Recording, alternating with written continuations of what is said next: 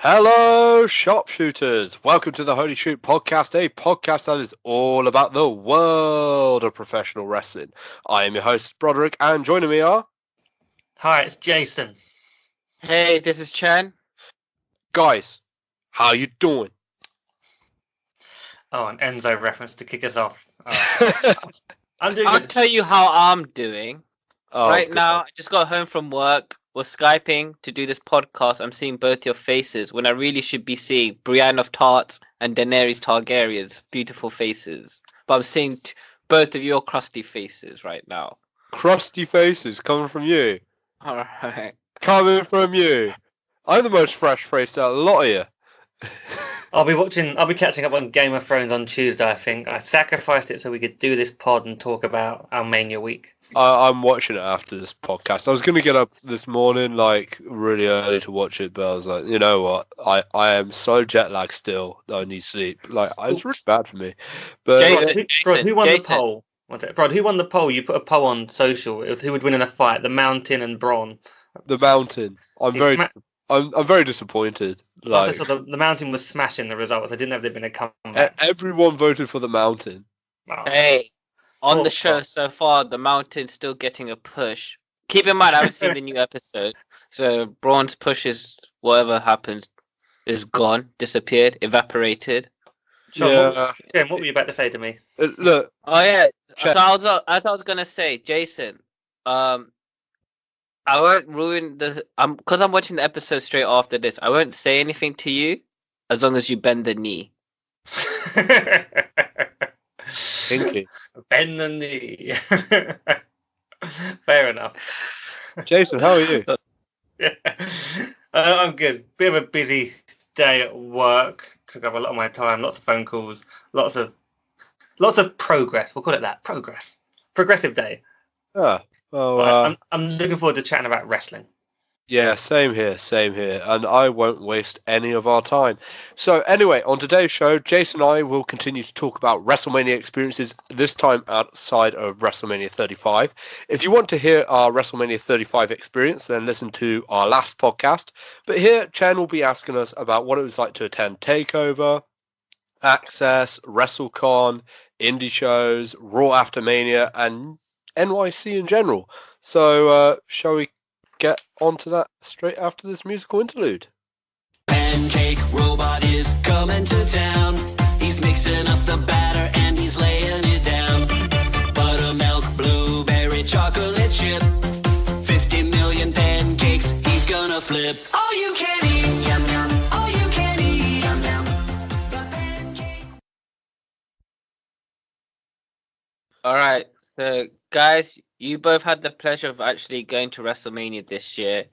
My first question is, did you guys flew together or separately? I flew behind Jason.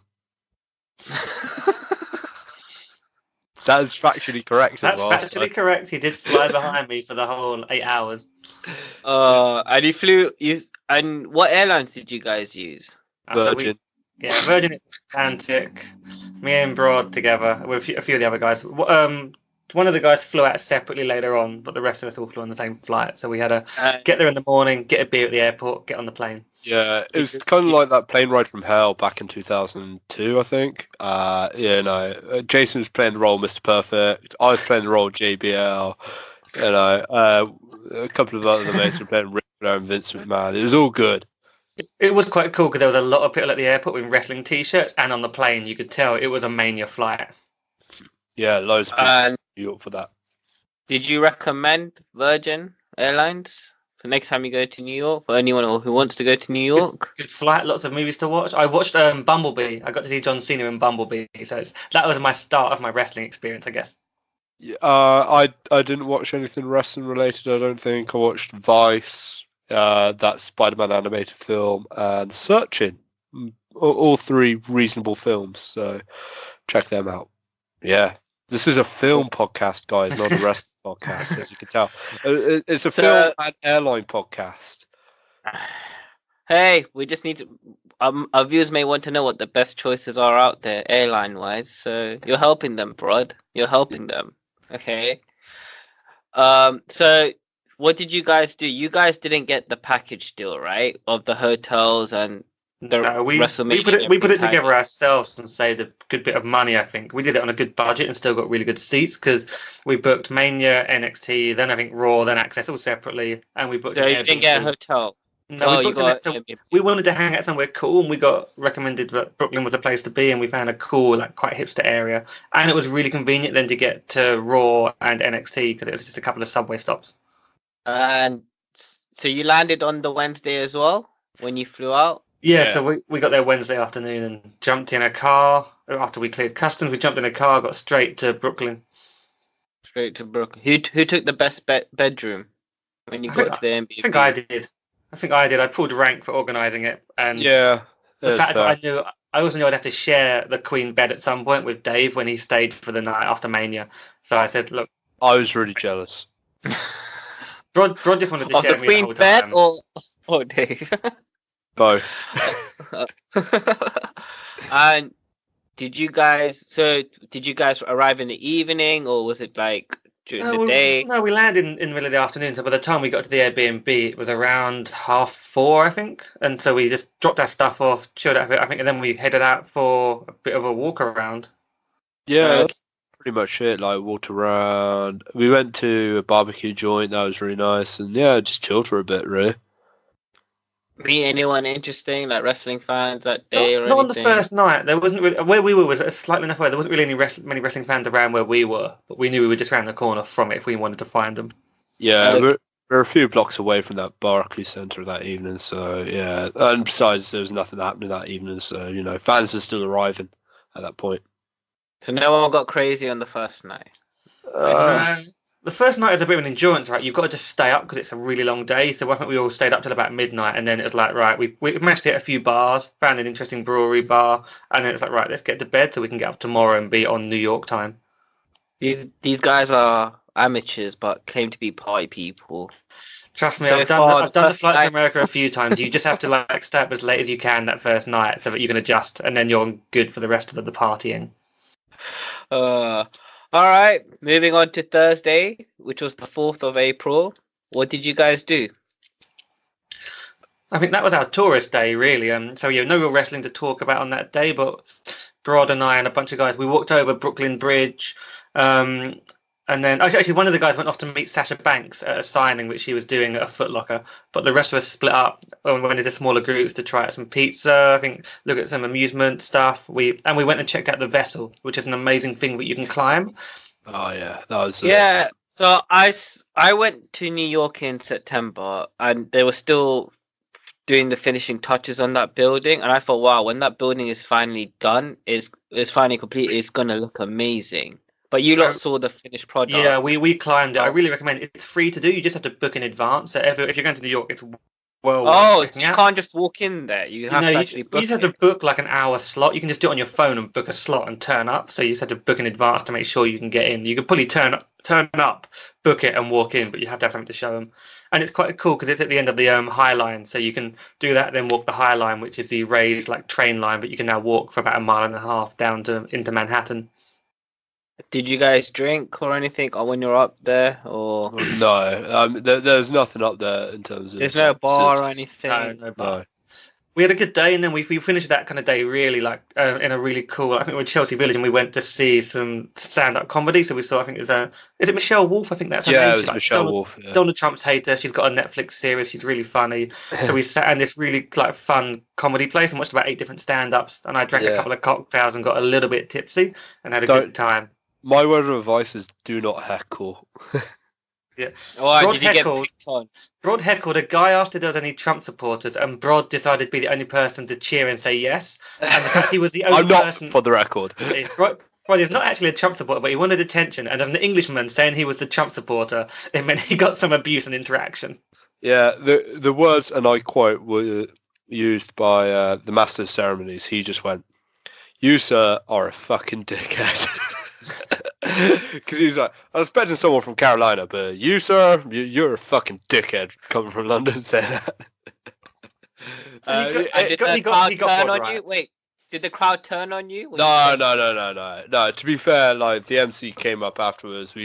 I said hi and spoke to him for a minute, and he knew I wasn't a Trump supporter and just trolling. And then I think the following comedian decided to make a Brexit joke at my expense too. So did the crowd laugh at the Brexit joke, or were they just like, we only know America, we don't know the surprisingly, quite a few Americans know what Brexit are over there. Oh, okay. I mean, shit show, isn't it? I mean, it's so bad that it's got global attention. But anyway, let's not talk about politics. This is not the politics podcast. This is the WrestleMania experience podcast, minus the WrestleMania.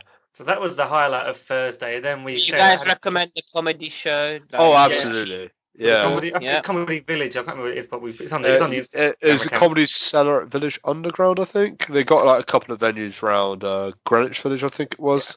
I was drunk at this point, but it was great. It was so much fun. Good couple of hours. We had a good time. Then we got back, went to bed after staying up for a little bit, and got up to go to Axxess the next day. Yep. All right. So Friday the 5th. Friday the 5th. It was Brod's birthday, and that day was also Takeover and Axxess.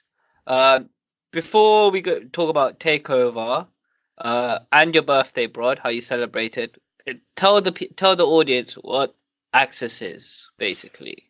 Do you want to go, Jason, or shall I? I did my best to describe it. So this time it was in a bit of a weird location. It seemed like very last minute because they couldn't get a venue. So it was out on Pier 12. Like, lucky for us, it was only about a 10-minute cab ride at most, maybe even 5. Really easy for us, but kind of awkward to get to if you were trying to find it. Normally they do it in one massive room, but it was in, I think, 3 different rooms, and you go and look at memorabilia, old school stuff, pose for photos with standouts, go and watch some wrestling from like the NXT guys, and then you get to meet some famous wrestlers as well that you can queue up for or that you've pre-booked. And it's just an overall wrestling, geek out experience. How much was your ticket to Axxess? Like $50. There's $55 plus fees. One thing that people should know, because I also went to the Monday session, which I'll talk about a little later as well. $55 plus fees is like $75. You can actually rock up on the day for a general admission ticket. They're usually not sold out, and it's only $60. So it works out slightly cheaper if you want to take the risk of just rocking up on the day and getting a general admission ticket, which is what I did on the Monday after meeting Adam Cole, which I'll talk about later. Yeah. So we got there. We saw it looked like quite a long queue, but it moved really quickly. We got in there. It wasn't too much of a hassle. So we will get. It's quite fun. One of the guys said when you go into Axxess for the first time, you will start getting psyched up and pumped up for Mania week. And it's true. You walk in and the music's blaring, and you see all the wrestling stuff everywhere. You really start thinking, right, I'm here for WrestleMania. Yeah, I have to agree. Like, you're just psyched. You're in. It's. I mean, it wasn't as good as I expected. It missed the Elimination Chamber, but they had other things instead, like the massive Boodio box from WrestleMania 32, the WrestleMania 1 ring. That was worth doing. I did the entrance thing as well, like have my own entrance video to Undisputed Era. That was fun. It was a good split, wasn't it? I expected it to be bigger than it was. It was a little bit smaller because there was no chamber or things, but it shows you we split up. Brod got to go and do a proper entrance to Undisputed Era. I went and got in the WrestleMania 1 ring and had photos taken with a cut out Mean Gene. How did that feel to being in the WrestleMania 1 ring, Jason? It's great to get in there, but you realise getting in, you don't want to make a tit of yourself. A few people couldn't work out how to get in. You take it for granted getting through the ropes, and there were some people that weren't very coordinated and were like stumbling. They were kind of Batistering into the ring almost. So I was like, right, I'm getting in proper. I'm wiping my feet. Then it's left leg, duck down, get in under the rope, get the right leg. I couldn't, for some reason, the one person who I always remember getting into the ring I don't know why it's always been in my head, but it's Stacy Keibler. The way, because she was so tall, the way she was bent down. Yeah, that's kind of what I did. I kind of did the Stacy Keibler into the ring. Jason, I thought you did the Melina splits. Yeah. It was quite fun just again. I didn't realize it was a WrestleMania 1 ring till afterwards. I just thought it was like an old ring, like from the old days. I found afterwards, and I was like, oh sweet! I didn't realize I was in that ring. I just thought it was a bit of a dirty old ring, but it was cool because you get in and they've got people to take photos for you with Mean Gene and then leaning on the ropes. So, and I queued up for like 15 minutes and got to do that. Brod, how long did you speak to him? Did you speak to Mean Gene? Mean Gene is dead. Oh, sorry. Chen. So what? You were just in a cardboard copy. It's a cardboard copy of Mean Gene from like WrestleMania. Be more clear to your viewers, isn't it? Right? If I didn't think Mean Gene, I was having an experience for sure. Broad. So that was the main thing I queued up for, apart from like to meet wrestlers. How long was the queue for the actual doing your entrance? Not that long. It's like 10 minutes, I think, tops. It was kind of fun seeing all the little kids really excited to do an entrance, and they're not sure what to do. Like, I remember the little kid next to it. It was like he was wearing a Rey Mysterio mask, and the kid kept bumping into me, and the father kept apologizing. And was like, "It's okay." But I was just like, I just looked down at the kid. It's like, "Oh, so you're going out as Rey Mysterio?" And he went, "No, I'm going out as AJ Styles with a Rey Mysterio mask." It was so adorable. That's what put me off. I thought I'd have got up there and been like, shit, there's loads of people watching me do this entrance. I'm just going to walk out like an idiot. So I couldn't do that one. But what would you have gone out to, Jason? That's the thing. That's the thing. No one times it right. Everyone gets it wrong. It's fun. You know? It's the thing about Axxess is, like, for hardcore fans, it makes you feel like a little kid again.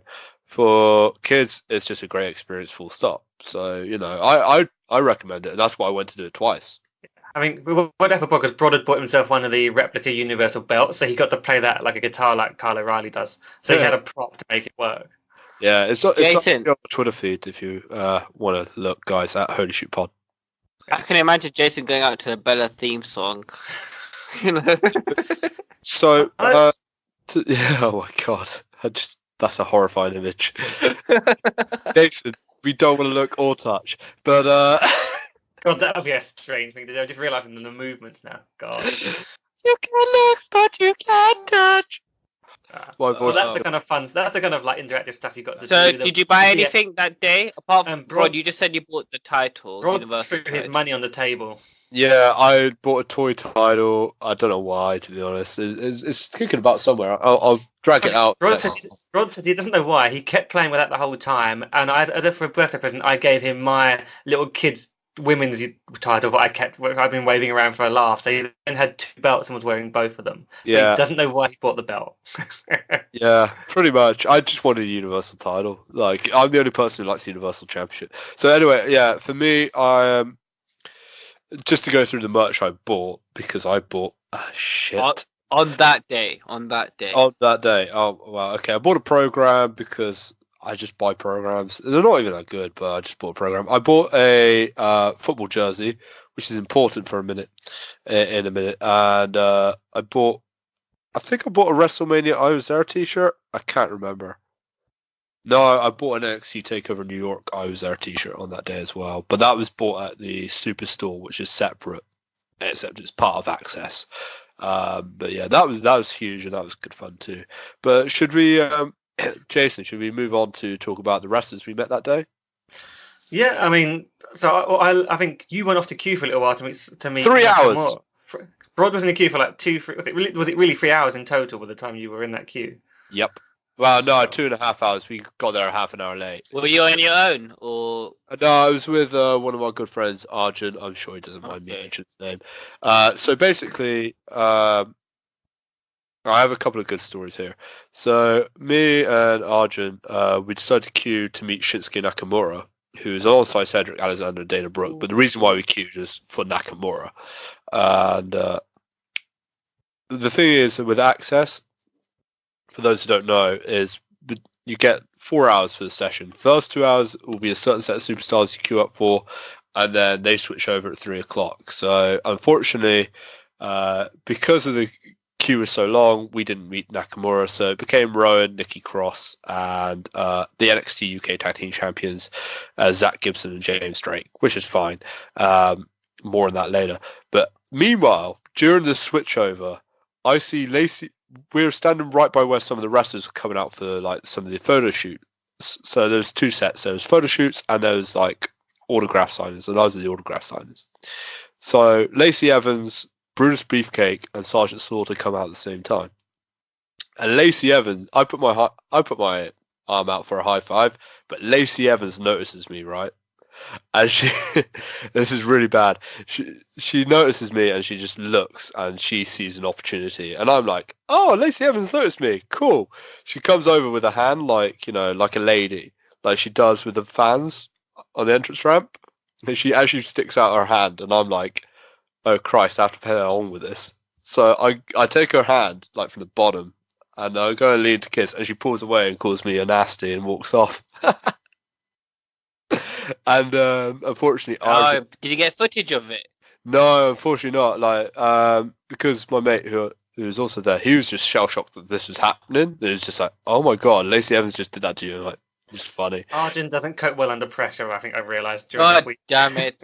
Yeah, but thankfully he caught the next bit, which during the autograph signings, one of the superstars I met, as I said, was Nikki Cross. I got all of them to sign my jersey, by the way. That's why I mentioned jersey later.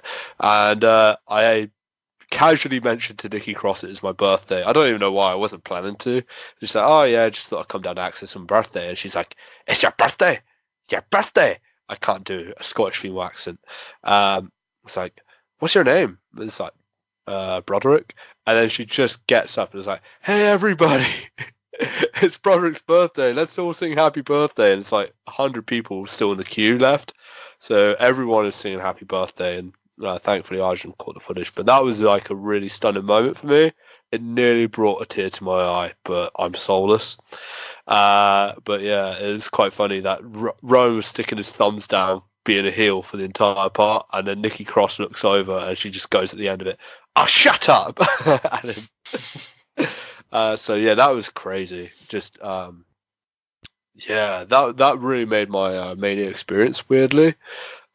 Just the fact that a superstar got out of the way to do that was quite fun. And yeah, so I'm a Nikki Cross fan for life and a Lacey Evans fan for life, and also a Rowan fan. Rowan was really cool too, as well as Gibson. All of them were pretty cool, actually. What the fuck am I talking about? All of them were pretty cool people, like really nice people. Actually pleased to be there, which was surprising because I thought they'd be grumpy and miserable. Jason, yeah, what were you doing during this time? Yeah, Nikki Cross was a class out there. So I decided I wasn't really fussed about queuing for anyone. I wanted to just check out more of what was going on. I was with one of our friends, Billy, and that's where we went off to walk around and look at the vintage stuff, see all the old outfits and belts. During that time, so we did that, and then we came back, saw referee Little Nate Charles Robinson. He was just walking around being nice. Sweet. So he was just being nice to people, like taking some photos. So we got to see him, and then we went into the room where the other room where they had the ring for the like I guess the Worlds Collide recordings. Walked around and saw all of that, and then we went around one side, and I can't remember who it was. But it was like I know it was Ron Simmons and some other people, and we asked, how long is that queue going to be just to go and meet them and get an autograph? And someone said, oh, it'd be about an hour. So we thought, screw that, I don't want to wait for an hour. So we then walked around the other side. And it was a photograph session. It wasn't an autograph, but we looked at that and I saw Ricky the Dragon Steamboat. So we asked how long it'd be, and the woman said like 20 minutes. So me and Billy queued up, and we thought it wasn't just Ricky the Dragon though, so it was quite cool. But we queued up. I was wearing my Four Horsemen T-shirt, so I'm wearing that with Ricky Steamboat. So everyone else is doing like put your fist up and do a photo together. I was like, Ricky, I can't do that. I'm wearing Four Horsemen. I've got to give you Four Horsemen. And he just decided to give me a point and to say, what the hell is this guy doing? I hate the Four Horsemen. So I got that photo of him. So he was really cool. I also got to meet Sin Cara, or it could have been anyone, right? It's a guy in a mask. I got a photo with him, and then I went round the corner and I got to have a picture with the ravaging Russian that is Lana. She didn't sound very Russian, I'll give you this. She definitely did not sound like she was Russian. But that's quite cool. So, and I think Billy was quite jealous because I got pulled in quite close for a photo with her, and that's quite a cool looking photo of me. Yeah, I saw that. I saw that. I was like, oh. she was lovely. Put her arm around me, so that was quite nice. And that was the wrestlers that I met at Axxess on that day, meeting those guys. And then I went and sat down to watch some of the wrestling that was going on in the main stage bit. And I sat down, and then Nakamura came out to do a Q&A. I was like, oh, where's Brod? Where Nakamura is here now. Yeah. Too busy getting serenaded by Nikki Cross. So, you know. Quick question. So when you're queuing for these wrestlers, did you have to pay extra money to get pictures with them? Nothing. There are some VIPs that you prepay for. So I think if you like someone like a Ronda Rousey or a Triple H and Stephanie, yeah, I think they were like something like an extra $30 or $50 or something. So there's two sections of VIP. There's premium VIP and VIP. Premium VIP is your top stars, so like I don't know, your Becky Lynch's, your AJ Styles, your Ronda Rousey's, Triple H's, and then after that you got your lower ones. So like I don't know, Sasha and Bailey was one of them. So they were like an extra $50-$60 plus fees, and I think the premium VIPs are like $190 plus fees. Yeah. You know, but you do get to meet a specific superstar of your choose instead of rocking up and then leaving halfway through. So if you're a massive fan and you really want to meet Becky, then you would probably have done it. But I was happy just to go and meet some of the guys. And what there's like, it's a 20-minute wait to meet Steamboat. I was more than happy to do that because I was just trying to take it all in and not stand in the queue. But some people have people they really want to meet. Yeah. Like I think with those sorts of things, they have signings all around like New York and New Jersey area. So they'll like next year they'll have signings all around Tampa and that metropolitan area anyway. Yeah. So you know, John Cena, which we'll get on to, did one. Actually, it is Friday. We're talking about. So one of our mates, instead of doing Axxess, he went over to meet John Cena at the Strand bookshop in Manhattan, and yeah. Got 10 seconds of John Cena's time. But he had to queue for hours to do that. And the day before, he's the one who went to meet Sasha Banks at Foot Locker. And he said he was outside in the cold for like 2 hours at least, maybe longer, just to meet Sasha Banks and get photos of her. And then he did the same thing with John Cena, but got a lot less time. At least with Sasha, he got to talk to her. Yeah, I did the same with Braun Strowman and Bailey, to be honest, last year. But I didn't realise, it's like my first time doing one of those sorts of things. It's like how long it takes. But yeah. Cool. So yeah, going back to the Q&A, Nakamura. Yeah, it was kind of bland. It was a whole. He answered a few questions, and then they let the audience ask questions, which is never a good idea because they asked, "Would you prefer to be a goodie or a baddie?" And questions like that. I got bored of the Q&A and actually got up and left because I knew that I could actually come back and get a better seat because I was sat in the stand area with Billy. So then we walked off and did some other stuff, met one of our mates, Wes. And then when we came back, we actually decided to move into the better area where we were standing, basically where the kids are all in the front rows and the disabled access. And then behind there, you could just stand. So we all stood there. And it means that when they show the Tyler Bate versus Brian Kendrick match, we should, when they show the intro to that episode, we should hopefully be on camera because we were getting quite into it. And we saw the Lucha House Party having a match as well. It was actually better, but we left and came back because Nakamura was boring, but the wrestling we came back for was really good. Interesting. So how long were you there at this point? How long were you at Axxess for? It's about a 4-hour slot, right? And I think I left just before we got there just as our one started, and I left just before the end, but Rod stayed a bit longer. Yeah. Was this like 4 p.m., 5 p.m.? About 5. Just coming yeah, to 5. it's like 1 to 5, I think, the session. And I left just before 5. Thanks, Jason. It's worth saying, but we obviously, me and a few other guys thought, okay, we need to get over and see NXT, and we want to get some drinks in. And we knew there would be a shit ton of people trying to get Ubers and lifts, and the weather had turned bad, and it was raining.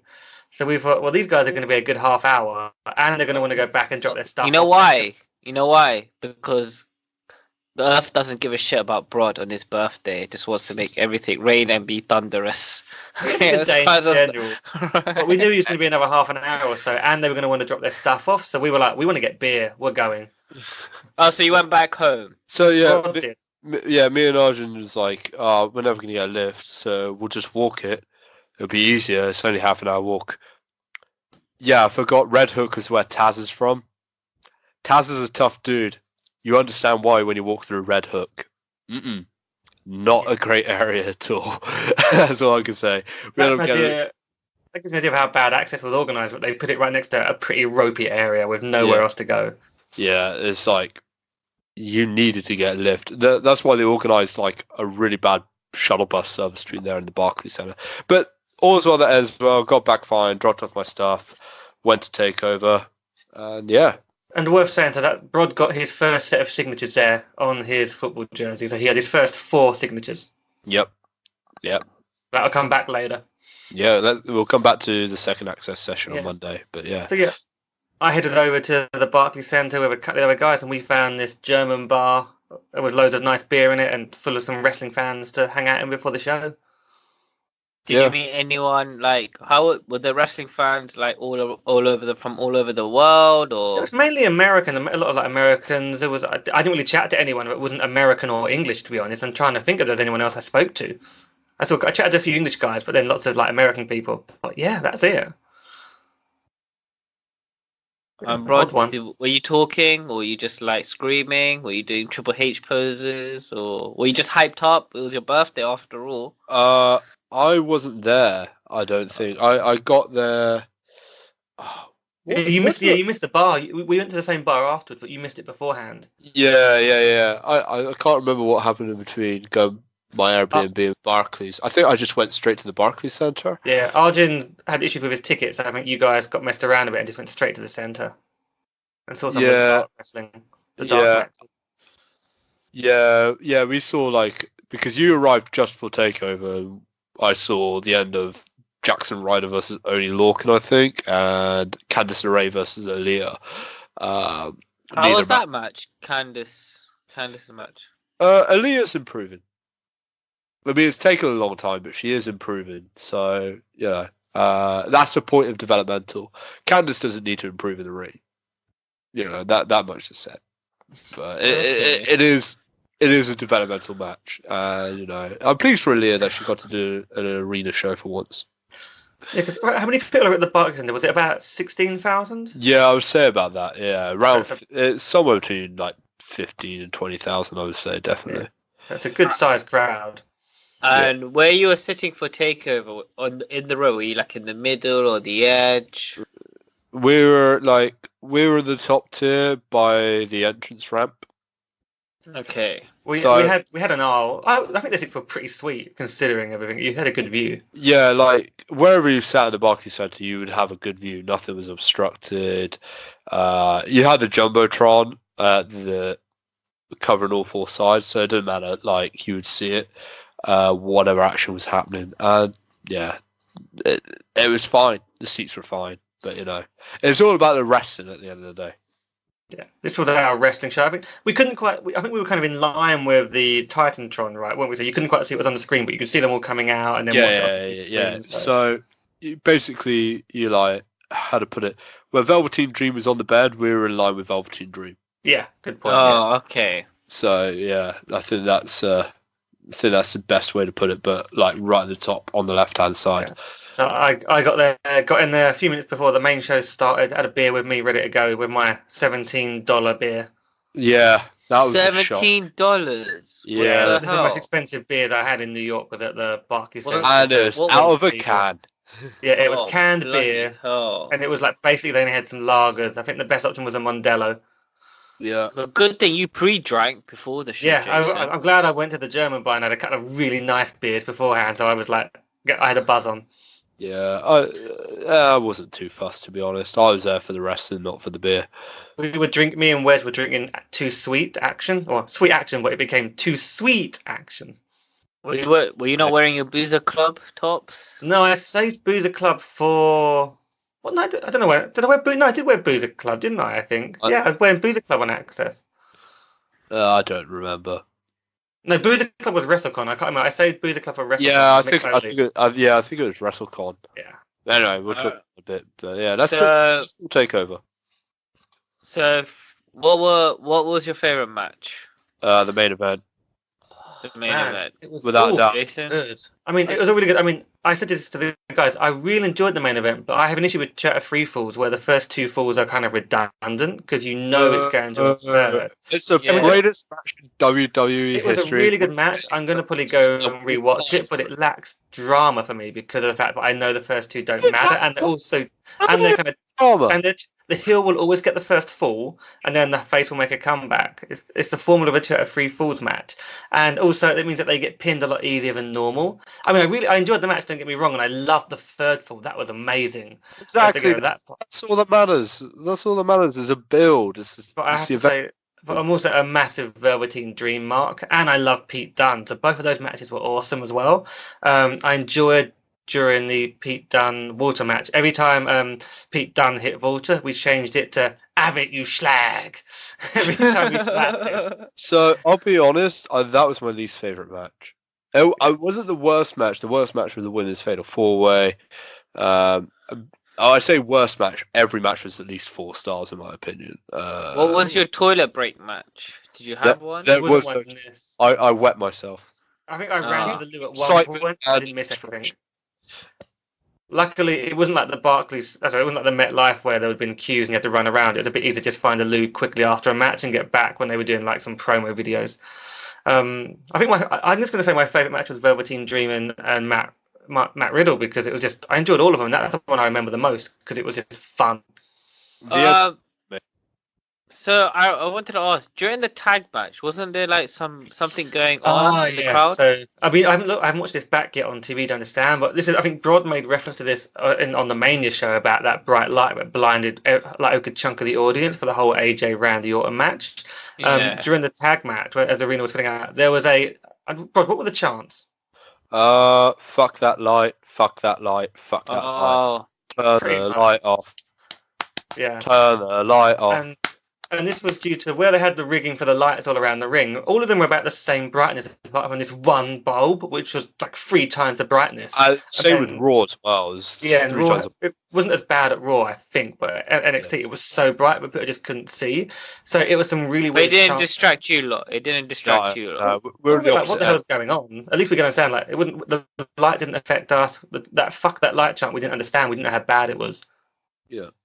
Well, at least you guys were there for history of Johnny Gargano winning the NXT title.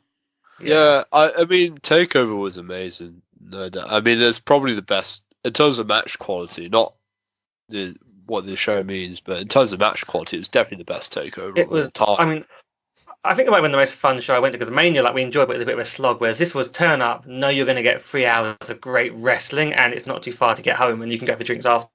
So you knew it was a bit more relaxed. And Brod lost a bet, so he owes our mate Wes a t-shirt because he bet on Adam Cole, whereas Wes bet on Johnny. Yeah, so that's already been ordered. Yeah, so that's not too bad. Did you feel that down?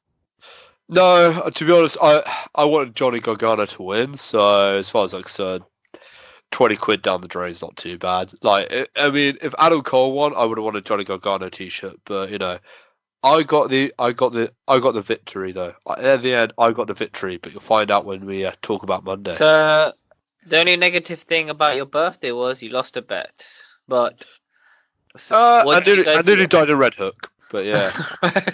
But we had, I mean, NXT. I reckon Takeover was just so much fun, and I think it's the longest Takeover ever because it was over 3 hours because of that main event. Yeah, because it didn't feel like that. No, it didn't. It was like, oh wow, it's after 10. I didn't expect that. So yeah. So what did you guys do afterwards? So that's when we took everyone back to the same German bar we'd been to before because we thought there'd be a bit of an atmosphere there, and the guys hadn't been there. To be honest, it wasn't like we thought there could be a lot more fans there. We found out for Raw we went to a different bar, but we went there. There was a few fans there, and there was also because the guys were sat on a bench near some people playing pool and getting in the way. I think Brod and a couple of the guys got free beer for being considerate and moving out of the way when they were playing pool. Yeah, so that was quite cool. I gotta say, love America, man. They give you free beer for just moving out of the way. It's brilliant. I got free beer on another night for being English, so that was cool. Oh yeah, I think we got free shots off of some. We got free shots, and from being from London. So and I got the same thing when I went out with Wes on the last night to the Lucky 13 saloon, and we also had a guy that was like, "You're English, drink with me." I was like, fair enough. So that was quite a nice experience. But yeah, so after we had the German place, we were like, okay, let's go somewhere with a bit more atmosphere. And our mate Billy had gone off to get food. He kind of jumped out from behind a car and scared us. So went in. It was a really weird moment. But he told us to come around the corner. I think Brod wanted food, so we went to, I can't remember the name of it, but like an Italian place. It's called Cherry Tree. It was a pub, but it had a pizzeria. Well, the pizzeria was separate, but you could buy pizza and then carry it in. Or yeah, it's a bit of a strange setup. Okay. We found an area and we were having drinks, and someone pointed out that Matt Riddle was in there. So after a couple of beers, I think our friend Wes had walked up to have a little chat to him, and I just followed over. And Matt was just sitting there with some friends. He had some pizza, cool as hell. Just went and chatted to him for a bit, and like we talked to him about having seen him when he was in the UK wrestling for Rev Pro and doing the UK scene, and he was like finding it really cool talking about that and progress with us. You know, he didn't have to give us that much time. He was very chilled and cool to just chat to Matt Riddle off and talk to him about the match he just had. Was it just you lot, or did everyone else not? I think only me and Wes went over to chat to him. I think everyone else stayed back or was actually drunk. I did say hi to him. Okay, Rod came and said hi, but basically, did he give you a fist bump, or did he call you bro? Yeah, bro, yeah. Yeah, he calls everyone bro. Like, I think basically I would have said hi to him, but I had pizza sauce all over my face. I need to wash up. And What the hell? But basically, Matt Riddle messy of an eater are you? I was drunk. Matt Riddle was in the way of the toilet, so I needed to go past Matt Riddle to the toilet. So that's basically it. So en route, I just went covered in pizza sauce. I was just like, "Good match, bro," and he was like, "Thanks, bro." That was it, basically. That was the weirdest thing as well, though. Like when we were outside, like, and they were like, "Where's the toilet?" So it's just out on the left past Matt Riddle. That's what I said. Yeah, that was so bizarre. It's just like, just buy Matt Riddle. that was a cool way to finish our night, hanging out, getting a chance to meet Matt Riddle and have some drinks before we went back to the Airbnb. Any photos? Or you didn't ask? No, we didn't ask for him. It was a bit dark, and don't interrupt him too much. Yeah, it's not one of those things that's cool to do, like in Alright. pub. If it's daytime, 3 o'clock, like hi, fine. But I think it's okay, like if they're not eating, but you should really wait till someone's finished eating before you disturb them. And we just didn't want to like disturb him too much. Cool. But it's cool to meet him after seeing him wrestle about an hour or two before.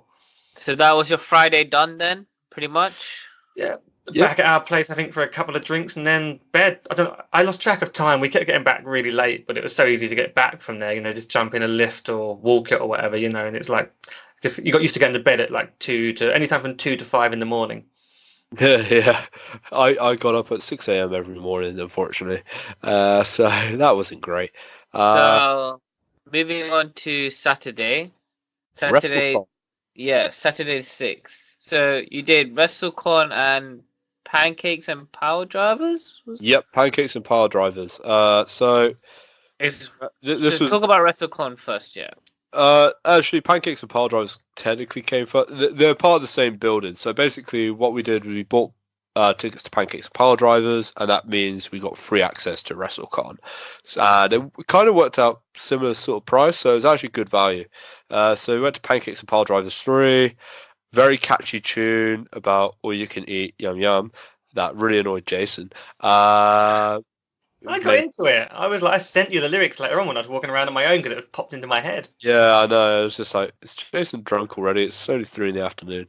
But yeah, so Wrestling Revolver had loads of Impact talent there. So we got to see Sami Callihan, Shane Strickland's last match before heading to NXT. Tessa Blanchard was there, LAX was there, Lucha Brothers was there, Brian Cage, Moose, loads of talent from Impact Wrestling. So that was pretty cool to see them live up close. We were in the 5th row.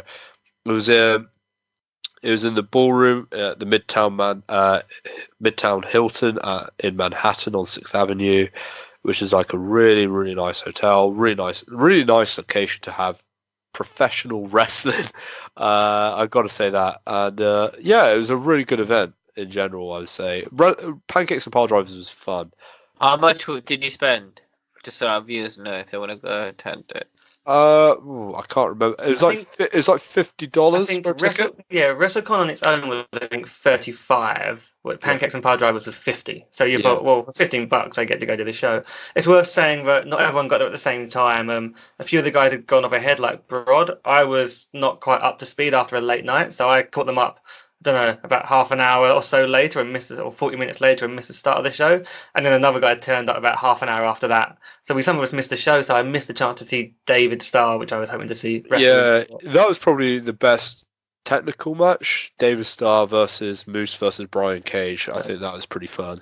So you enjoyed it? Everything? Yeah, Oh yeah. It's brilliant. It was a quite a throwaway show for me. The two things that stood out: watching Tessa Blanchard in an intergender match was really that was cool. amazing. Yeah, that was a really good match. I enjoyed that more than the main event. That was just. Did fun she take to see. good bumps as well? Like, Oh yeah. She did what was the one off the top rope? I forget what they call it now. The Canadian Destroyer off the top rope. She delivered to this big lad. Yeah, Ricky Shane Page from CCW. And also, they had this insane. I can't remember what they called it, but it was like some sort of inter-championship gender Scrabble insanity match. But basically, it was just this really insane match with about 10 guys in it. And one of them was a guy who's called Man Scout. His gimmick is that he's like, a man scout, as in a boy scout, and he's dressed like a scout. He went to jump over the top rope, but before that, he had to consult his scout book to work out what he had to do. And then later on, he brought an actual tent into the ring. Yeah. It was a properly there was a Tower of Doom into the fucking tent. It was amazing. Into the tent. That was pretty crazy. There was a horse match where it was just a bunch of big lads smacking each other. That was amazing actually to watch. Yeah, it was just good fun. I was happy to sit down and watch wrestling because I was still a bit loose and sore from sort of drinking a lot the previous night. It was like the perfect antidote to the seriousness of Takeover. Not like an antidote to Takeover, but it's like a complete contrast. It was like, I don't know. I don't even know how to describe it. Pancakes and Piledrivers is just complete fun. It was the most fun I had at a wrestling show, I think, the entire week. I don't know. Interesting. I mean, I loved WrestleMania, obvious reasons. I loved Takeover for obvious reasons. Pancakes and Piledrivers was just so much fun. It is stupid in such a great way. And only Jimmy Jacobs can pull that off. Yeah, it was just a complete throwaway show, just something fun. And don't forget, I think we should have said this show started at 11 a.m. So we had to get over there, and the show starts at 11 a.m. and goes on to 2 p.m. So I got there around midday or whatever, just before midday, and I'd missed the start of the show. But it goes on early, and after that you can go and walk into WrestleCon. Yeah. And so what do you lot do later on that day? So after that, WrestleCon, we walked around WrestleCon. So we got to meet a bunch of wrestlers and take pictures of them and sort of see who was all there. We all met Mick Foley.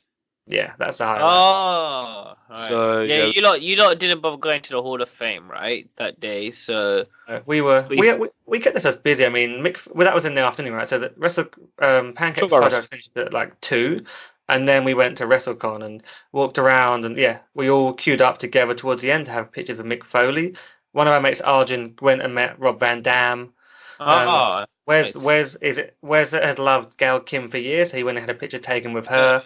Yeah, and they have various prices. So I think Rob Van Dam. Didn't you take a picture with her last year? I don't think so. No. No. When we went to that comic and festival. He might have done. I think he met her, but he didn't take a photo in the UK. And the prices vary, right? So, like, I think Mick Foley, it cost $40, and you got a couple of photos with him, and he posed and he attacked it all with his baseball bat, and he was a really nice guy. Ric Flair, so I think it was about $70 just for a photo. Yeah. I think Rob Van Dam was $30 or $35. So they all charge different money depending on what kind of star they are. Yeah, Did you get Ric Flair? I didn't get. I took pictures of Ric Flair, and I didn't, from a distance, and like Kevin Nash and Jake Roberts and some other people. I love Ric Flair, but I could not justify $70 to go and stand next to him and have a picture taken. I mean, in fairness, just for those who might want to do WrestleCon in the future, they do list the prices well in advance. Yeah. They also let you know if there's professional photos available, what things they will autograph and won't autograph, and I think they also let you know, is group photos allowed for this individual or not? So I think in the case of Ric Flair, like if you wanted to do the 4 Horsemen pose with 3 other guys, you can. You can split the $70. It's not $70 each, so there is that option. But yeah, it's just crazy seeing all these wrestling personalities. Just there's so much more than Axxess, because Axxess are all kind of blocked by a queue. WrestleCon is like, there's Caitlyn from PG era days out, and there's Hacksaw Jim Duggan right there, and there's Trish and Lita. There's Trish and Lita, and there's Buff Bagwell, and there's Ellsworth. It's a real mix of different, like basically anyone who's ever been in wrestling can be there. So you got old school guys like Iron Sheik, and then Cheeky Baby. Cheeky Baby was there with Coco Beware, Crime Time. It was funny. They were there. Oh, They were just trouble. I needed to get from like one up to the other area, and I saw Chad Gasper was walking around, and he was just generally going up to like any other wrestler and having a laugh. But I thought, if I walk behind you, no one's going to get in my way. So I just followed him up the stairs. And then he came across Ron Simmons at the top of the stairs and started causing a scene. And I think people thought there might have been a fight going on, but he was just having a laugh with Ron Simmons and blocking everyone from getting past. So it was, you could just have that kind of like experience. Yeah, I saw him later with Rikishi. That was pretty fun. That was pretty cool. Like Rikishi's a tank. That's all I can say. Like, you don't know what to mess with that dude. Yeah, I think you're staring at his ass, right? You're staring at his ass, right? He was well dressed. I think you forget how big wrestlers are, right? Because Crime Time, I think they've jacked up a bit anyway, but they were fucking huge lads. Yeah. Some of the guys, and you see Kevin Nash in person, you're like, Jesus, Kevin Nash is a big lad. Unit, you know. You get to. I bet you were like, yeah, I can't make no jokes about his quad. No way. Is it gonna risk it? Oh, you could run away, but you know. It was cool. Like it was mainly wrestlers. There's a few merch stores. I brought a couple of old school wrestling magazines for a laugh because they just amused me. And they were like, a couple of bucks each. So I thought I'd get a couple of those.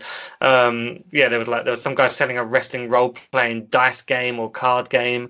So there's all kind of stuff going on. You can get some really unusual merch. You could have tried on Ric Flair's robes. I mean, there was YouTubers and media personalities there as well, like Renee Young. From anyone from Renee Young, Corey Graves were there apparently, to someone like I know, Wrestling with Regret and Simon Miller. They were there. Oh, you saw Simon Miller. Yeah, so Simon Miller was interviewing Brian Zane in some sort of YouTube. I might be in one of Simon Miller's videos out of the corner because he was filming at that time with Brian Zane. So I was like, oh, that's Brian Zane, and then I realised, oh, he's being interviewed. So I would have loved to have met Brian Zane and Simon Miller because I think they're fantastic YouTubers, but didn't have the opportunity, sadly.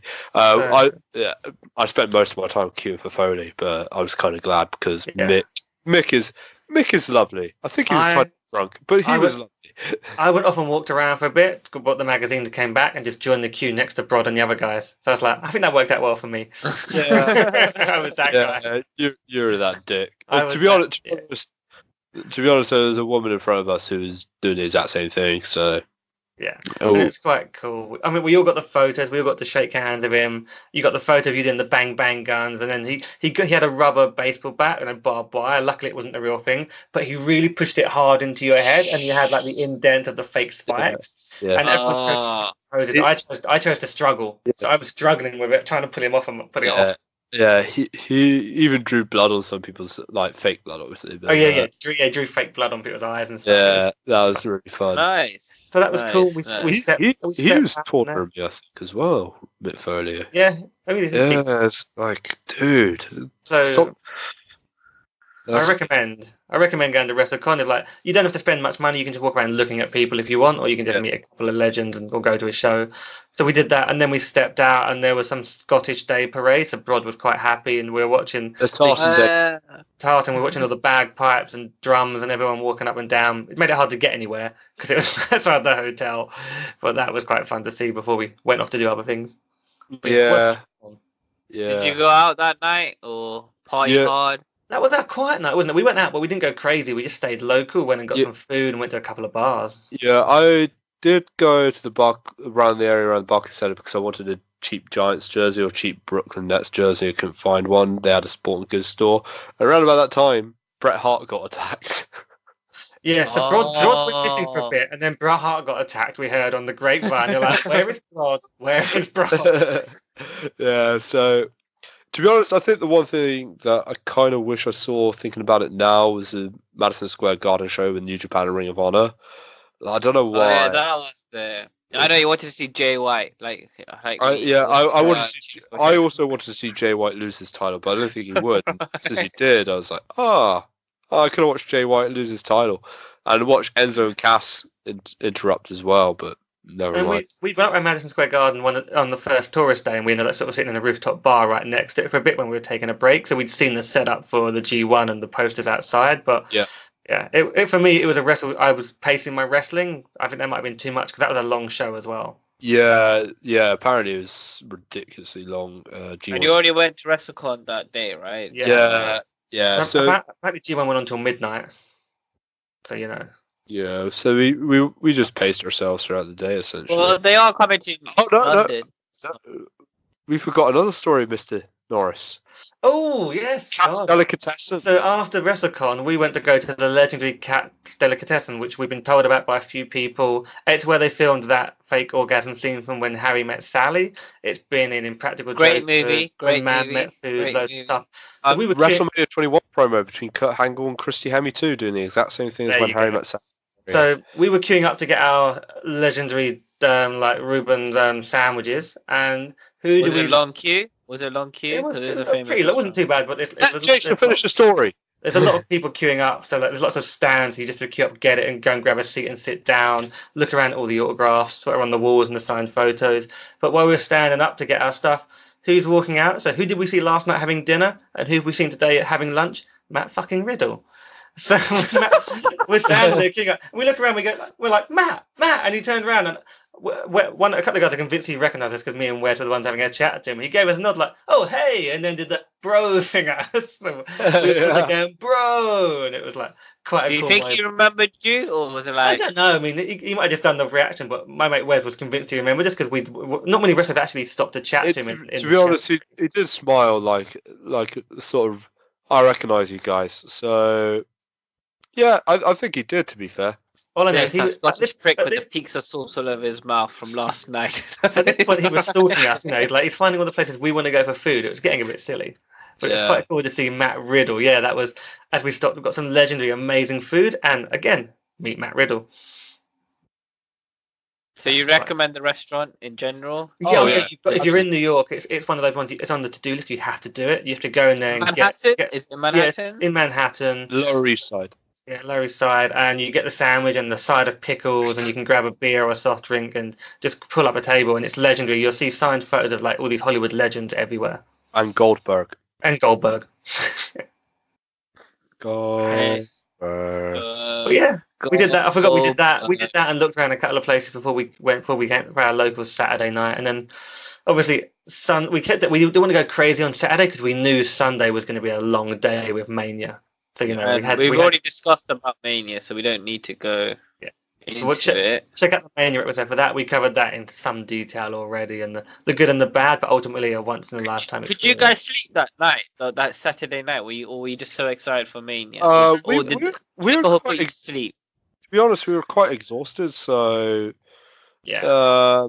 At that point, we'd had a busy, you think Thursday we were walking all day, Friday we'd been busy, Saturday we'd been out. We had 3 really busy days and not much sleep. We had a ridiculously late dinner, so we just thought we have some food and then just pass out. That's what we did. So by then you've been with each other for almost 70 hours, 72 hours, 60 hours.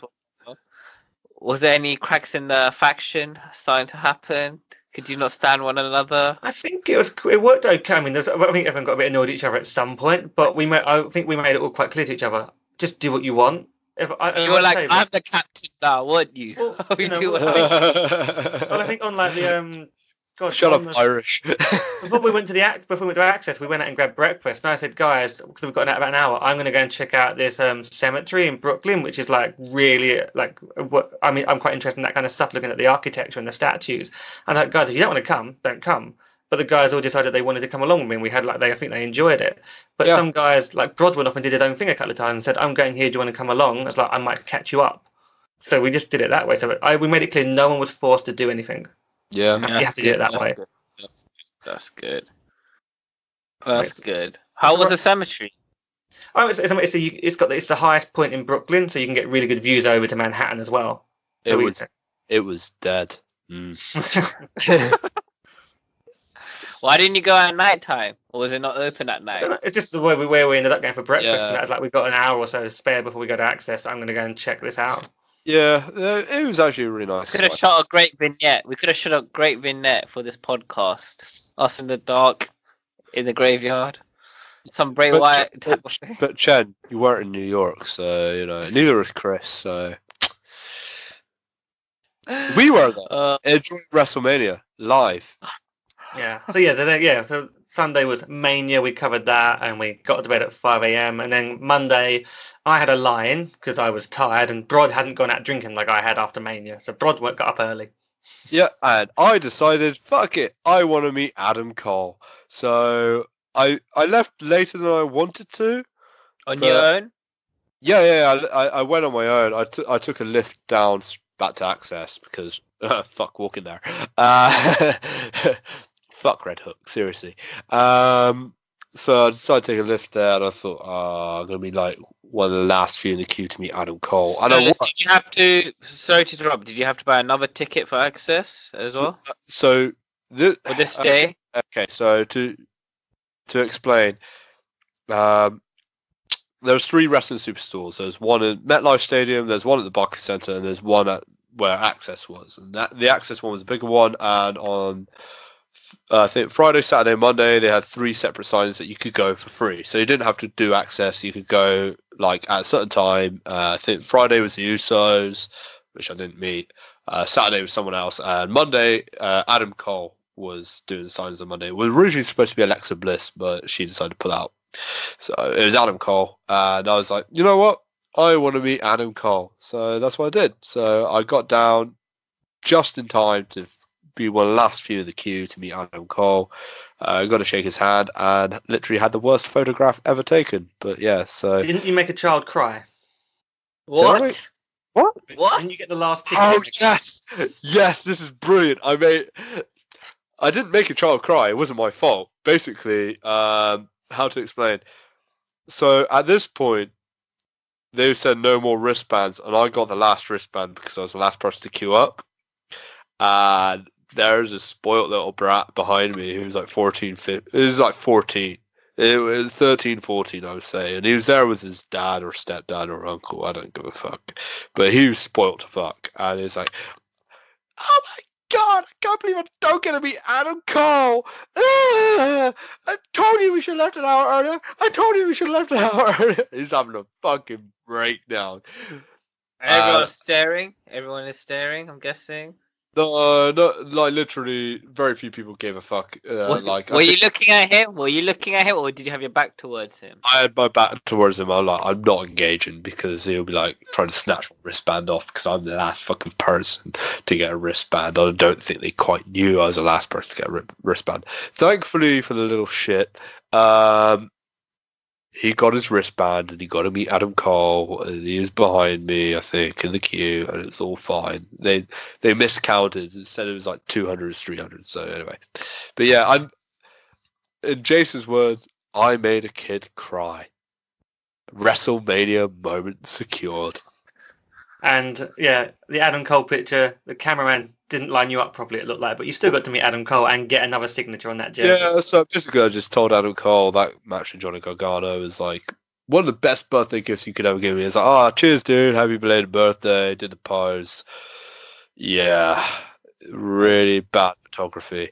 But I met Adam Cole, and I've got to say, those eyes are even more beautiful in real life. He has amazing eyes. That's what I always noticed about Adam Cole. It's amazing eyes. Like, even I'm mesmerized. But yeah, he's surprising how skinny he is. Like, you wouldn't think. I mean, you kind of think it on NXT, but he is legit really skinny. Yeah. Like, that's why I struggle to take him as a legit threat. So I like him being like a cowardly heel because I just can't ever take him seriously as a real threat because of that. But I know he's a great worker, but he looks so small. If you ever want to know when a wrestler's height and weight is completely bullshitted, go to Axxess, meet Adam Cole. He's supposed to be the same height as me. He's like 2 inches shorter at least.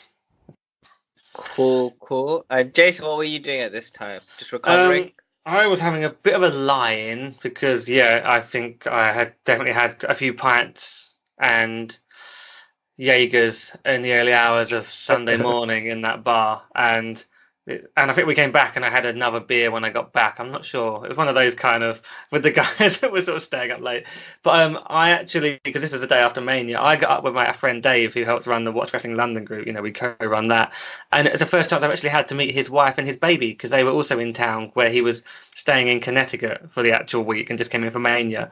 But they also came into New York. So I went up with him. That's when I got to walk along the High Line, got to meet his wife Jules and little baby Max, so that was quite nice. Yeah. Walked around for a bit that way, and then I did Times Square and stopped because I was tired and drank beer. So yeah, meanwhile, Wes, he joined me at Axxess, and the reason why he wanted to do is because they did an all-women's show, all-women's version of Worlds Collide, and he really wanted to see a few superstars that he admires, and unfortunately for him, we noticed a queue right by the arena for more superstar signings, and one of them was Johnny Gargano, which is probably his favorite wrestler in NXT. And he's like, I have to meet Johnny Gargano. So he's like, oh, Nikki Cross just wrestled. Oh, Io Shirai just wrestled. Oh, Kairi Sane just wrestled. And he's missing all these wrestlers to meet Johnny Gargano. We get to the front part of the line, and that's when they switch it over for Sanity, Lita, and the Godfather, which is a pretty cool lineup, but everyone wanted to meet Johnny Gargano. And we all stuck our arms out and our hands out for a high five, and Gargano misses Wes, but he hits me, and ever since that day, Wes has hated me slightly. So it's like, haha, I got a high five off of Johnny, you didn't. How long were you in the queue for that? Only a couple of hours, because it was Only a couple of hours. compared to the Nakamura queue. Compared to the Nakamura queue, and the fact that we were late getting in, it was a lot better. It was a lot better. I sounded really West Country then. It was a lot better than last time, but yeah, it was. I think last year's Axxess. Chen's dead. Chen has died. No. I think at last year's Axxess they did like you just go up to meet individual superstars. This time round they did like 3 in a row. That was better, right? Because if you queued up for 2 hours, you might still queue that long to meet one, but you got to do 3 and get 3 autographs or 3 photos like I did. So I got to meet 2 Hall of Famers and Lita and the Godfather. Godfather's really nice. And then I got to meet Sanity, which is a faction I really like. And Alexander Wolf proudly showed off his scar from War Games at the top of his skull. It was just like, because I mentioned like that War Games match he did was completely awesome. It's like, he's still got the scars from it. And Wolf was like, do you want to see? I'm like, yeah. And you got more signatures for your jersey as well, right? So that was another thing. That was the other thing. I just thought my jersey looks a little empty. I needed more signatures. So the original plan was Johnny Gargano, Montez Ford, and someone from NXT UK was alongside him. I can't remember, but yeah, it turned out no, it wasn't. It was Honky Tonk Man, because Honky Tonk Man pre-signed a lot of sheets and he handed them out. So got a signature from Honky Tonk Man, which I handed to Billy because he is a huge Honky Tonk Man fan.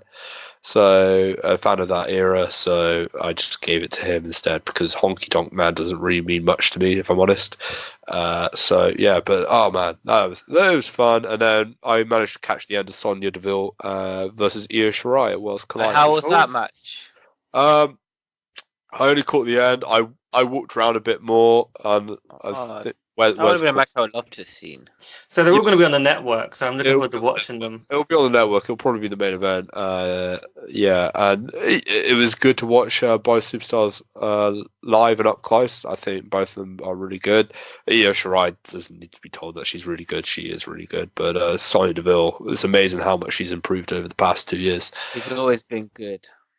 Always been good. I never really bought into her in NXT, if I'm honest, but I don't want to go too much into detail about why I didn't buy into her. But she's improved massively, and she's a definite one to watch, and hopefully they utilize her going forward. So, did you go home at this point, or did you just stay to go straight to Raw? I dropped my stuff off, and then I decided to go down to Brooklyn Bridge Park, just check out downtown Manhattan. The view of downtown Manhattan around there. So, there's like, it's just a really nice area to walk around. Check out Dumbo and Brooklyn Heights. Had a coffee, had a lobster roll. Yeah, nice and chill. Didn't want to drink too much before Raw. I have to ask, this was the last night, the day of Axxess, right? The last Axxess event on that Monday, right? There was nothing afterwards on a Tuesday. Yeah. That was the last Axxess session, which is surprising because you had the SmackDown after Mania, and I thought they'd exploit that too, but they didn't. So, quick question: was there no Baron Corbin? He might have been there on another day, but he wasn't when we were there. That's the thing. They change. So you have premium VIPs and VIPs. They don't do like any normal sessions. They have like allotted slots because they're big time, and they have more media commitments. It's weird to see that Kevin Owens was available, one of them, and I missed my opportunity. Same with Drew McIntyre. I was like, but he has. Drew. Yeah, Kevin, I can understand because he doesn't have a program this Mania, right? But Drew had Roman. But yeah, so I could have. So that's a bit weird. Yeah. Drew's massive. Yeah. He's like the new Kevin Nash for sure. It's a Baron, better Nash. Baron might have been there another day, but yeah, you don't know. You have to walk around them with, and they don't tell you.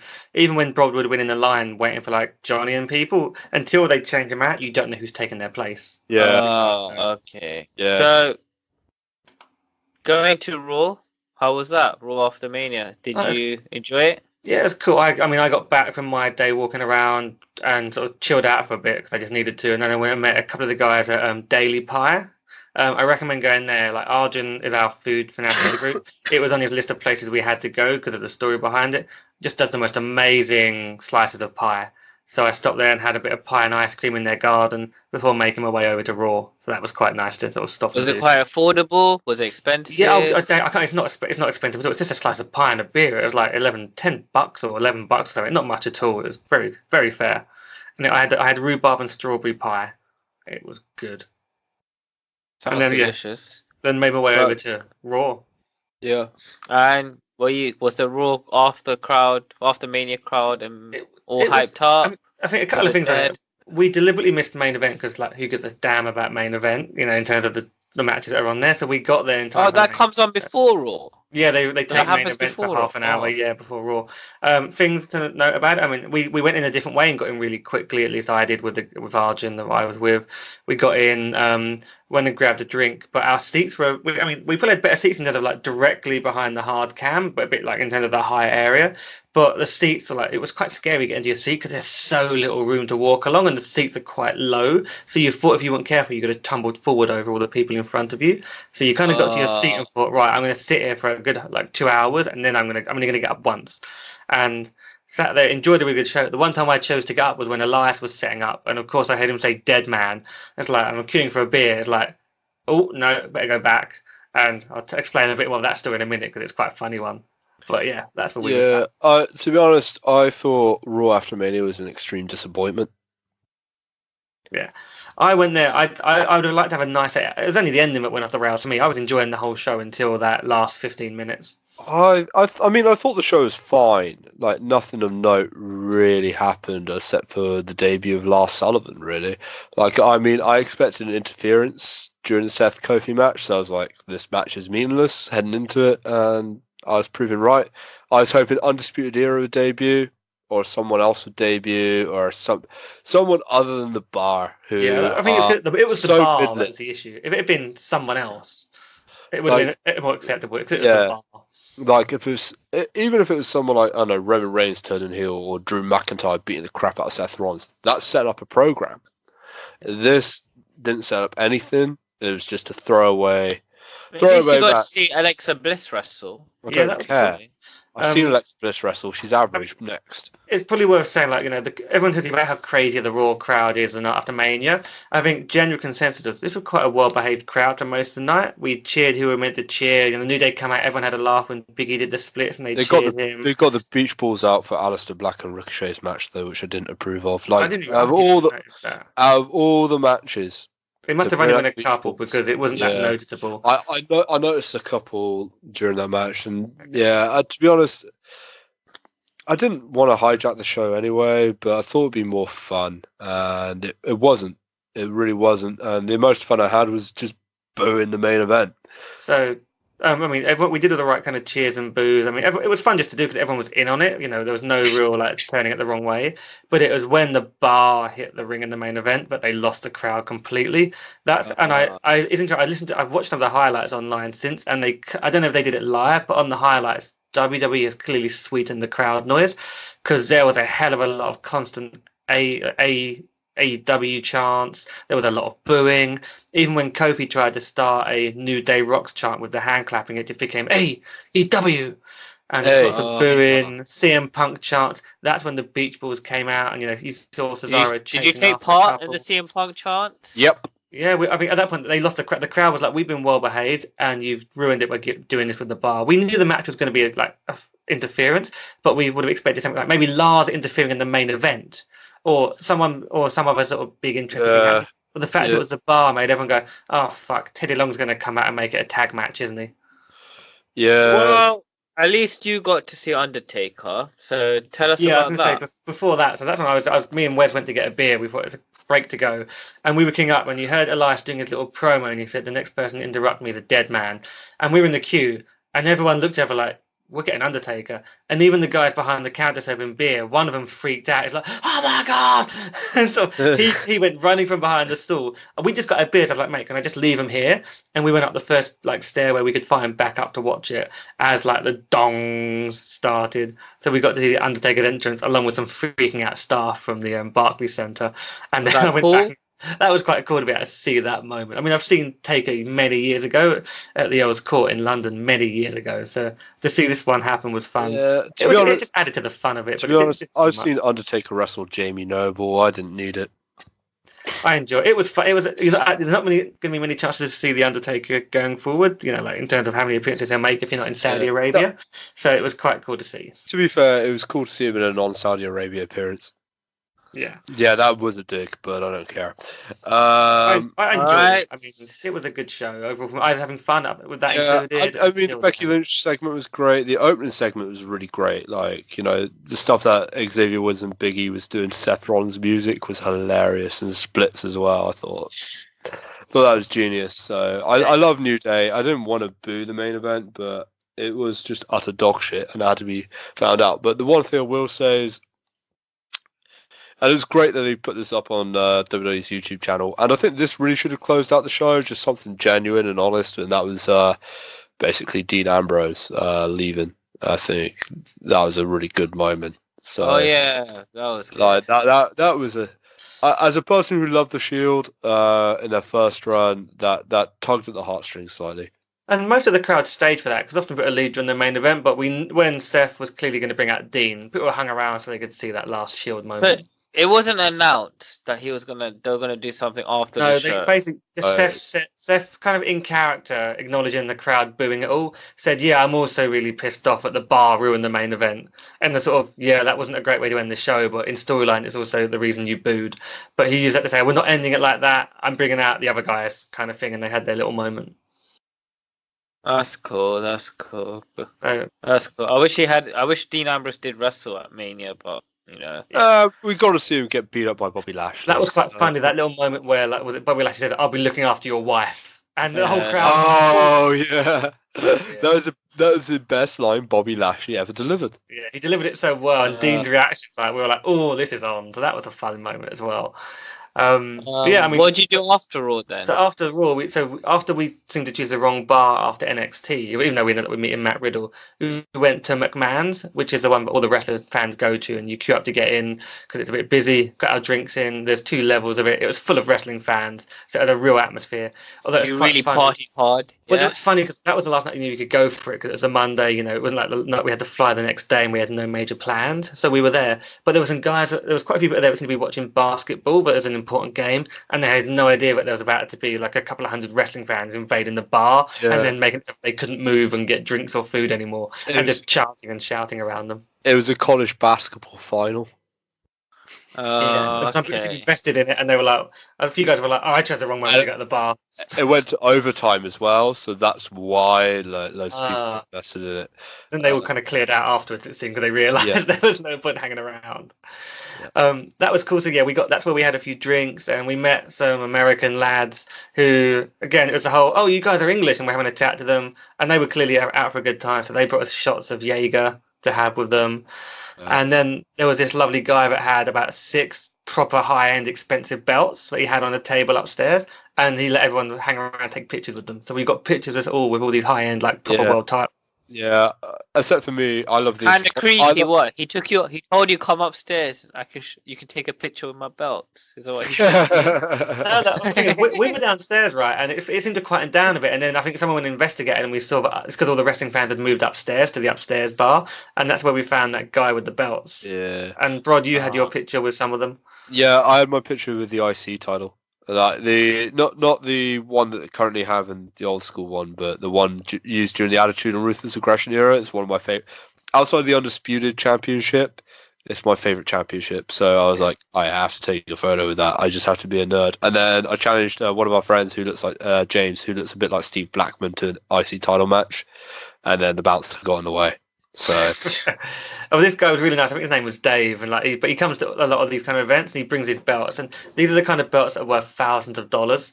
And he's like, yeah, I just like to bring along with the fans to try them on, and lets everyone take photos with them or takes photos for them, and it's just quite a cool experience.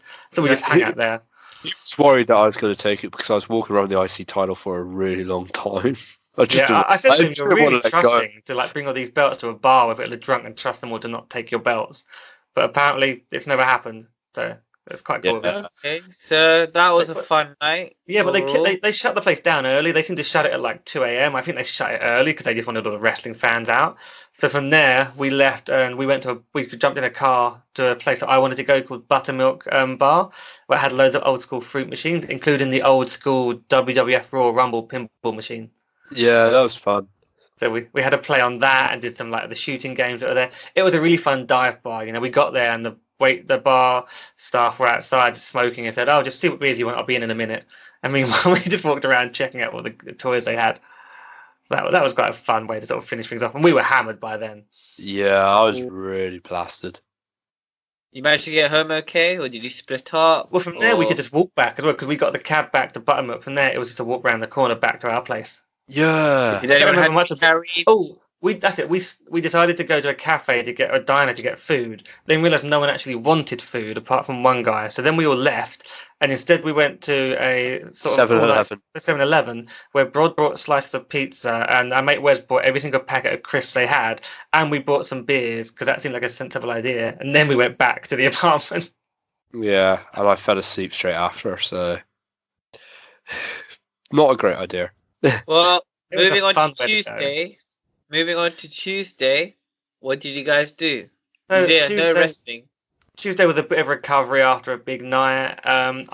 We all split up and did our own thing to get the last things done. I went down to Coney Island so I could just check it out because I've never been down there. So I went and did that, and Broad went and did some sightseeing. Everyone went and did their own thing, really. Yeah, I went to the 9/11 museum, did the High Line. That's a great museum, right? It's a really good museum. Yeah, like for those who haven't been to New York before or who have been but haven't been to the 9/11 museum, check it out. It's well worth the $28. Very very sobering experience to say the least. No pun intended.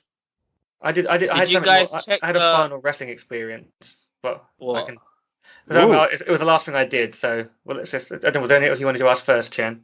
Okay. Speaking of New York, did you guys enjoy like the buildings, the architects and stuff? Don't they look amazing, especially Manhattan? It's amazing to look around. You forget how tall everything in that place is. Yeah. Like, I never gave a shit about buildings before until I went to New York, and I was like, oh my god. Like, just admiring the buildings and everything. And, guys, for our viewers out there, Brod took a great picture of himself in Manhattan, captioning it, what a difference 3 years makes. And, you know, I commented on it saying, very, very beautiful. Yeah. He just ignored it. He didn't say anything. He didn't say thank you, nothing like that. But what a difference does 3 years makes, right, Brod? Yeah, I used to be really fat and now I'm normal. He's handsome now. He's handsome. Thank you. I'm a bit like Rusev after the haircut. I'm handsome Rusev. Handsome Brodsev. Oh, so the last day was just everyone doing their own thing, and then we went out for a few drinks in the evening. Brod and I were with our friend Wes. I think one of the guys went to bed early, and one of the guys had already gone home. One guy had gone missing, like he always did. We just went for some like drinks around our way. Went to a couple of cool bars. Went to a honky tonk bar, but it was not a honky tonk bar. But you went to that gaming bar, right? The arcade? Yeah, that was Barcade. That was on the first day, and that was on the Thursday. That was Barcade. Okay. That was in Manhattan. So, Wes and I were like determined to finish the last night on a high, so we went to the Lucky 13 Saloon, which was quite a cool place. So we went in there, and we bumped into a couple of guys that had been at SmackDown. and they didn't know each other. They basically met each other at SmackDown, and they were there again as American guys. One of them again was completely hammered and was insisting on buying us the whole beer and a shot thing. So he bought us a beer and a shot, and then he bought us another beer. And meanwhile, there was a girl dancing around on the bar who was very athletic, and Wes, of course, then we had to buy her a drink. So it was a fun way to end our New York experience. I ended up packing my bags because I couldn't get a SmackDown ticket that was worth the money. So was that $120? Nah, I'll pass. I've already missed the first 15 minutes. Are you glad? Are you glad you didn't go? Yeah, I was glad. I would have gone if there was a cheap seat going, but I decided nah. I was proven right because nothing of interest actually happened. So you had a quiet night. Tuesday. Yeah. I joined Jason and Wes for a tiny bit, but for some food. But I was like, I'm only get going. Then me and Wes carried on. We were like, we planned to be back by midnight, but then of course these guys kept buying us drinks and chatting to people in that cool dive bar. So we ended up getting it back a little bit later than planned and getting only a couple of hours sleep before we flew home. But it was a great way to end our Mania week, really, to end it on a high, drinking shots with some random people in a bar. And who did you fly home with? So yeah, just back with Virgin Atlantic. We had an early start, so I think I got like 2 hours sleep, and then I was on the flight off to the airport for our 8 o'clock flight in the morning. And did you break anything in your Airbnb? Anything get trashed? I think we were pretty well behaved, all things considered. I don't think anything got trashed at all. I think unless someone broke something and didn't tell me because I'm the one who booked it. Wasn't there any incident where like Brod was sleeping and someone ran into his bedroom and just elbow dropped him? Nothing like that. No fights. There was no violence. No, we're sensible people, Chen. Like, just because you do that on holiday doesn't mean us 6 fine gentlemen would do such a thing. So, Jason, would you go on another holiday with Brod? I mean, I definitely would fit in this kind of Mania break. I think if we did it again, we'd want an Airbnb with a bit more room, or I'd maybe put a bit more money in and I'd maybe do the whole get a suite for Mania, or get a slightly larger Airbnb, do something like that. Maybe really go like all in, but it would depend on where we were going to. Because I could see another like break where we could do something like that. So one interesting thing is our friend Wes went to the previous WrestleMania along with Chris. And Wes said something interesting to me that he was kind of sick of wrestling once he came back because he just consumed so much. So he had to stop watching for like 2-3 weeks. Did you guys feel anything like that? I'm definitely sort of aware there's lots of live shows in the UK I could be going to, but I'm not bothering to get tickets for. And I'll see if I change my mind because even though they're in a few weeks, I don't want to commit to them right now. I'm keeping it light at the moment. I've sort of been watching over the key things of the shows that we went to. Yeah, for me, I didn't feel that way at all. In fact, it actually reinforced my love of wrestling. Like, it makes me see WWE in a more positive light, if anything. Like, I find it harder to be critical after that week. Like, even with the Raw main event aside, like, I think it was a really good week of wrestling. And yeah, I would. Do you think just being there live just makes everything so much better? No, like, you know, the botch finish was a botch finish. You know, there were some negative moments, of course, but you're going to get that on TV. At least I didn't have to listen to Renee Young, Corey Graves, and Michael Cole for 5 hours. So, you know. If someone was to like, if a listener wants to go to WrestleMania next year, do it. How would you say, if they were to start saving now, how much do you think they would have to save? I would recommend $2,000 to $2,500. Yeah, I think it depends how you do it. I think it cost us, because we booked it separately and did an Airbnb, so it was cheaper. It cost us about £1,000, I think, for our Airbnb and our tickets for the events. I think spending. But then you need and flights. But then you need spending money on top. Yeah, so I'm factoring in spending money as well. Like, you know, I'm not gonna lie, I did look at Tampa already, but it's not gonna happen. I think you should definitely try and put $2,500 away so you can enjoy it. It depends how savvy you are. Yeah, just, you know, bring a lot of spending money. Like, if it's your first time, bring a lot of spending money because you want to buy all that merch. Did you guys do any other shopping apart from wrestling stuff? Like, yeah, I did, but I bought back a load of Oreos. I can't really remember beyond that. You know. Yeah, speaking of Oreos, no Bootios. You didn't try any, right? I didn't see any around. No WWE ice cream bars, nothing like that. None of that. I'm They afraid. don't exist. If it exists, CM Punk might come back. Lol. But yeah, I can recommend. But the you're glad experience. you guys did it. You're glad Yeah. you guys did it. You're hoping you go with a bigger group next time. Yeah, bigger group. Or I even said to my wife, we could, if the big group goes, we could come to Tampa for the weekend, then go to like the Bahamas for like an actual holiday. So see how that all pans out. Yeah, I mean, for me, I'll definitely do another one at some point down the line. I don't think anything will quite capture The first one. Yeah, so I think I'm hesitant based on that. But yeah, I can imagine doing a WrestleMania again without a doubt. I think it was a phenomenal experience. I felt it would be a phenomenal experience regardless of how the build was or how crap the show would be, and thankfully You didn't say money well spent. Money well spent, right? yeah, you're paying for an experience at the end of the day, and you know you're not going to get the it's going to be very difficult to get the best seats in the house. You need to be loaded to do that, but you know, $2.5 grand, that includes your spending money. You can do a lot in 1 week, and you know everywhere else is cheaper than New York as well, so you can factor that in. So, but yeah, I as a fan, I'd recommend it 100%. You've got to do it once in your life. If you don't do WrestleMania once in your life as a wrestling fan, what the hell are you doing? That's all I'm saying. That's all I can say. That's all I can say. Like, it's a 10 out of 10 experience. And I think we should sign off from that. You both recommended it. Once in a lifetime opportunity. Yep. Indeed. As a wrestling fan, you must do it. Brod's words. So if you don't do it, you're just a failure in life. That's what Brod is basically saying. Yeah, Chen, that's what you are. Like, you know, me, I've done it. Jason's done it. Chris has done it. You're the one letting the pod down. You have to go to Tampa next year. I'm just saying. You got to go to Tampa and, you know. I will. All right, guys. So, yeah, I'll do the outro, Chen. It's my role. I'm the host. But thank you very much for leading that segment, Chen. Actually, it's very good. Please go like Brod's picture of his 3-year transformation. It gives him the motivation to continue on this journey. I don't need to continue. I'm fine just the way I am. Thank you very much.